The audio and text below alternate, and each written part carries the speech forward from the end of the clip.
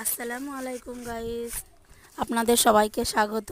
আবারও আমি নতুন একটা রেসিপি নিয়ে আপনাদের সামনে চলে এসেছি। আজ আমি বানাবো লুচি, ছোলার ডাল আর আলুর তরকারি।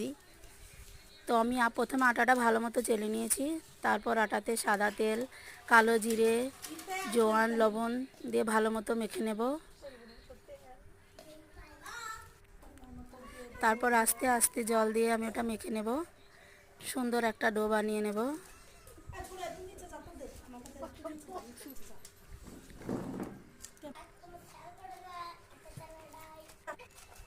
তো আমি ভালো মতো রাস্তাটা মেখে নিয়ে এবার আমি কিছুটা তেল মাখিয়ে রেস্টে রেখে দেব আধা ঘন্টার মতো। তারপর ছোলার ডালটা ভালো মতো ধুয়ে নিয়েছি। এখানে আমি কুকারে দিয়ে দিলাম ছোলার ডাল, আলু,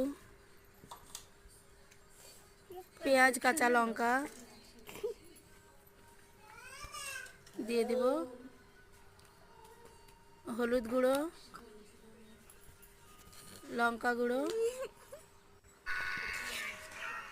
ভালো মতো নেড়ে নিয়ে আমি এবার দিয়ে দেব জল, পরিমাণ মতন জল দিয়ে দিলাম।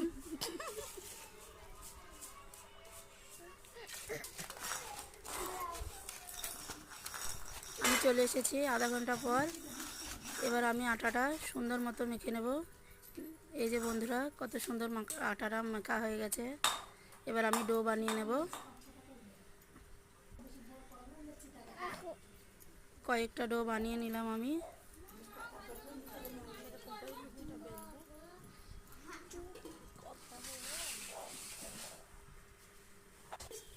এবার আমি লুচিটা বেলে নেব। কড়াই আমি দিয়ে দিয়েছি গরম তেল, গরম হয়ে গেছে। এবার আমি দিলাম লুচিটা ভেজে তুলে নেব।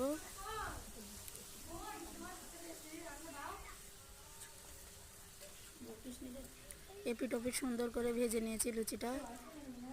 এবার লুচিটা আমি উঠিয়ে নেব।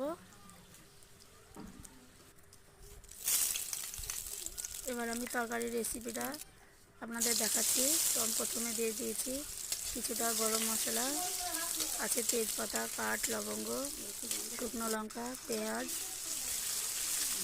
দিয়ে দিলাম আদা বাটা। আদাটা কিছুক্ষণ হওয়ার পরে দিয়ে দিয়েছি টমেটো কুচি। তারপর দিয়ে দিয়েছি লঙ্কা গুঁড়ো,